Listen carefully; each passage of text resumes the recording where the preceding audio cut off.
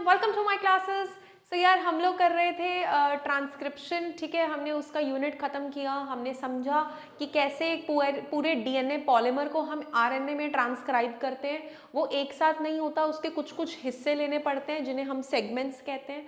और जब हम उस सेगमेंट को बहुत क्लोजली देखते हैं while it is undergoing transcription, तो उसमें हमें तीन चीज़ें दिखाई देती हैं। एक जो पार्ट जिसने ट्रांसक्राइब होना है, उससे पहले एक प्रमोटर एस्पेक्ट लगा होता है और उसके बाद एक टर्मिनेटर एस्पेक्ट लगा होता है, ठीक है। तो जहाँ प्रमोटर से वो चीज़ स्टार्ट होती है, टर्मिनेटर से वो चीज़ एंड होती है, उसे हम पूरा एक ट्रांसक्रिप्शन यूनिट के नाम से जानते हैं, ठीक है जी।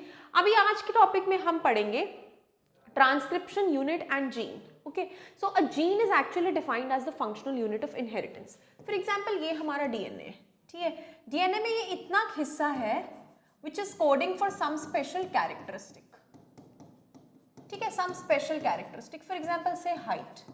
So इतने हिस्से को हम किस नाम से जानेंगे? इतने हिस्से को हम बोलेंगे gene. So that is why gene is the functional unit of inheritance, जो बताए कि क्या हो रहा है, correct? Though there is no ambiguity that genes are located on the DNA, we know that it is difficult to literally define a gene in the terms of DNA sequence. यार वो बात है, देखो आप ना ये डिफाइन नहीं कर सकते कि ये जो सीक्वेंस है ये जीन होगा, ऐसा आप नहीं बता सकते, correct. The DNA sequence coding for tRNA और RNA molecule also defines a gene.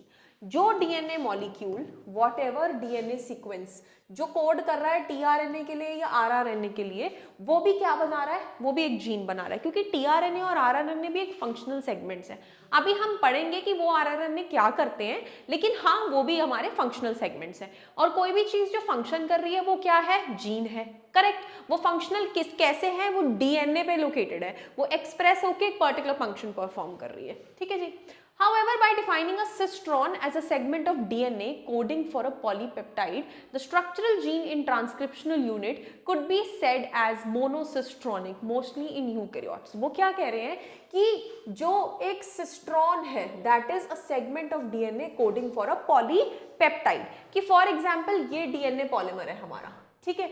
ये DNA पॉलीमर पे एक सेगमेंट है, ठीक है। अब इस सेगमेंट पे जो डीएनए पॉलीमर पे लगा हुआ है, ये हमारा सेगमेंट क्या बना रहा है? ये सेगमेंट को जब आप ट्रांसक्राइब कर रहे हो, फिर ट्रांसलेट कर रहे हो, तो वो पॉलीपेप्टाइड बना रहा है, करेक्ट।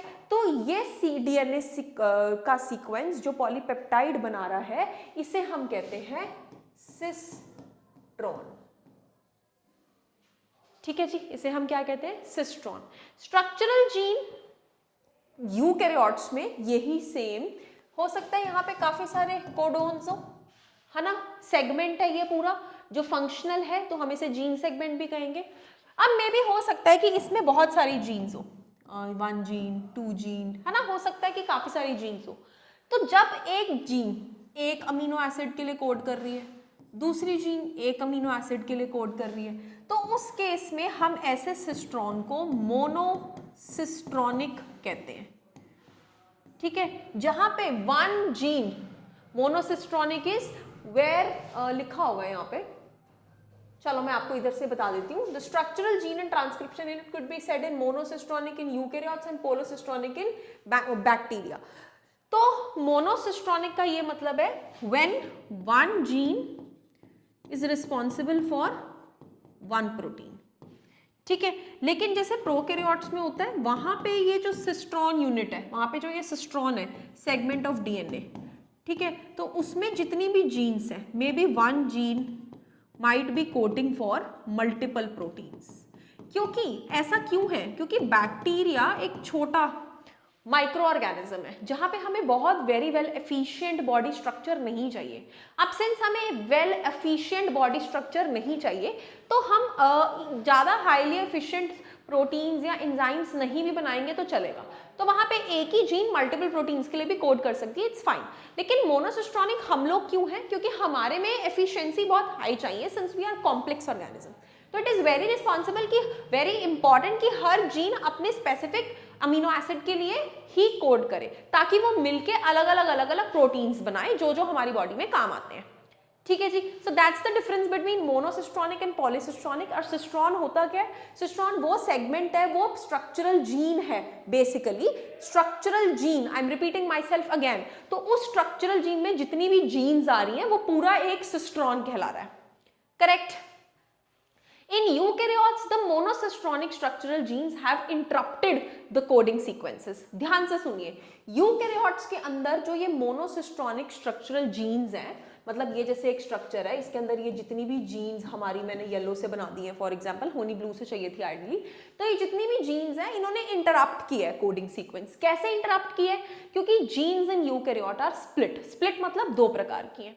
कोडिंग सीक्वेंसेस और expressed sequences are defined as exons. May be, अच्छी बात हुआ मैंने दो कलर बाय डिफॉल्ट यूज कर लिए, तो मे बी हो सकता है जो येलो वाले हैं ना, these are non coding. Non coding मतलब ये किसी के लिए कोड नहीं करते, ना ये कोई प्रोटीन अमीनो एसिड बनाते हैं, ना ये कोई पॉलीपेप्टाइड फॉर्म चेन में पार्टिसिपेट करते हैं। तो ये नॉन कोडिंग सीक्वेंसेस को हम इंट्रॉन्स कहते हैं। लेकिन ये जो ब्लू वाले हैं ये कोड कर रहे हैं, तो इन्हें हम मे बी एक्सॉन्स के नाम से जान रहे हैं। यहाँ पे देखो लिखा हुआ है, the coding sequences or expressed sequences are defined as exons. Exons are said to be those sequences that appear in mature or processed RNA.